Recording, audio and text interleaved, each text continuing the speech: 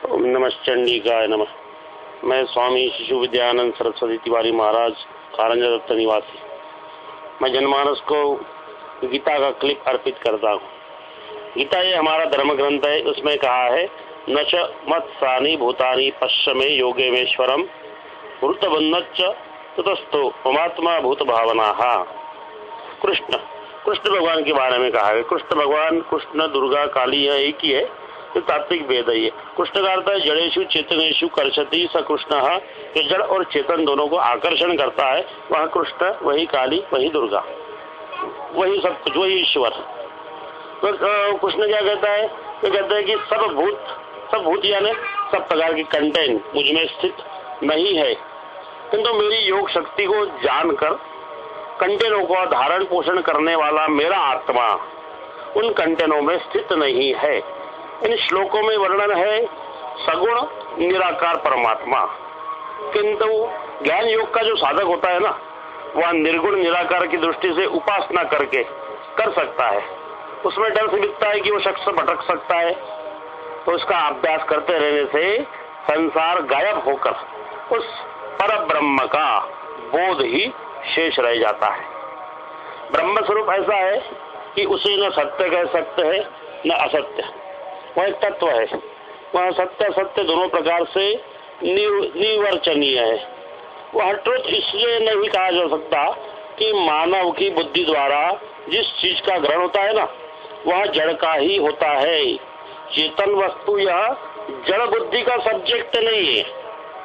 चेतन वस्तु जो है ना, कोई भी चेतन वस्तु, ये जड़ बुद्धि का सब्जेक्ट है क्या? नहीं, क्योंकि जड़ बुद्धि उस चेतन वस्तु का, उस सूक्ष्म का अवलोकन नहीं कर सकती, परंतु उसे फॉल्स भी नहीं कहा जा सकता।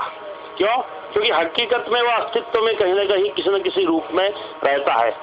जो इस प्रकार सत्य और असत्य के विलक्षण अचिंत्य अनादि ब्रह्म तत्व को समझकर उसका बारंबार चिंतन करता है, उसके लिए सारे संसार का बोध होकर उस परमात्मा वही ब्रह्म की प्राप्ति हो जाती है।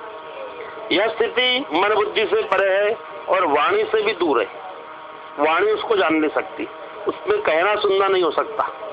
फिर ये यत् प्रवक्ष्यामि यद्गत्तात्मृतवस्तुते अनादिमतम परम ब्रह्म न संत नासदुच्यते। वो जानने योग्य है। उसको जानकर मनुष्य आनंद को प्राप्त होता है। ये ब्रह्म के अलौकिक और निर्वचनीय सत्य असत्य से विलक्षण होने पर भी वह ब्रह्म होने के कारण सत्ता को प्रधानता देकर उसकी उपासना कर सकते हैं। देखिए, जगत में जितने भी विनाशी पदार्थ देखने में आते हैं ना, उन सब में अविनाशी ब्रह्म को स्वभाव से समभाव से देखना चाहिए। जैसे मैं आपको बताता हूँ, एक कमरे में या एक ऐसे मैदान में आप 100 घड़े रख दीजिए। घड़े यानी मटके, उन मटके में पानी भर दीजिए और ऊपर एक आकाश रहता है, और हर घड़े में वो आकाश दिखेगा। ये घड़े में भी आकाश दिखेगा, वो घड़े में भी आकाश दिखेगा, वो घड़े में भी आकाश दिखेगा, वो घड़े में भी आकाश दिखेगा। एक आकाश अनेक घड़ों में दिखेगा, बराबर है। जैसे एक ही आकाश अनेक घड़ों की उपाधि के भेद से अनेक रूप में प्रतीत होता है। आकाश एक है, लेकिन घड़े कितने हैं? 100 घड़े। तो एक आकाश 100 आकाश के रूप में प्रतीत होता है। कोई कहता है ये मेरा आकाश, कोई मेरा आकाश, कोई मैं, लेकिन वास्तव में ऐसा नहीं है। क्यों? क्योंकि उन 100 घड़ों को एक साथ फोड़ दो आप, फोड़ देने से क्या हो जाएगा? वह एक ही दिखने लगेगा, जो कि वास्तव में एक ही है। इसलिए कहा है कि सबका मालिक एक। साईं बाबा ने सही कहा है, लेकिन उसको लोगों ने जाना नहीं है।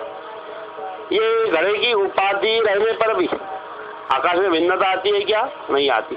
वैसे ही एक ही परमात्मा, एक ही ब्रह्म शरीरों के भेद से अनेक सा दिखता है, किंतु है एक ही। इस प्रकार जो समझता है, उस नाशवान जगत में एक नित्य विज्ञान घन अविनाशी ब्रह्म को सर्वदा समझदा समभाव से देखता है, वह उस ब्रह्म को प्राप्त हो जाता है। गीता में इसको कहा है, समम सर्वेषु भूतेषु तिष्ठन्त परमेश्वरम विनश्चत्व विनश्चस्तम य पश्यति स पश्यति। जो नष्ट होते हुए भी सब चराचर कंटेनों में परमेश्वर को नाश रहित और समभाव से देखता है, वही उसको यथार्थ स्वरूप में देखता है। सर्वभूतेषु येनैकं भावमव्यविवीक्षते अविभक्तं विभक्तेषु तज्ज्ञानं विद्धि सात्विकम।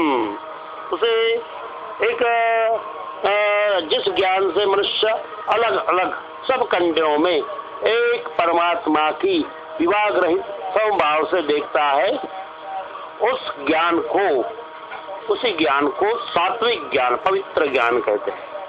यह गीता का एक छोटा सा समविक्षय रूप मैं जनमानस को निवेदन करता हूँ कि इसको वह पूरी तरह से मनन और भजन करते हुए अपनी आत्मा में स्थित होने का यत्न करे। श्री दुर्गा चरणम शरणम मम।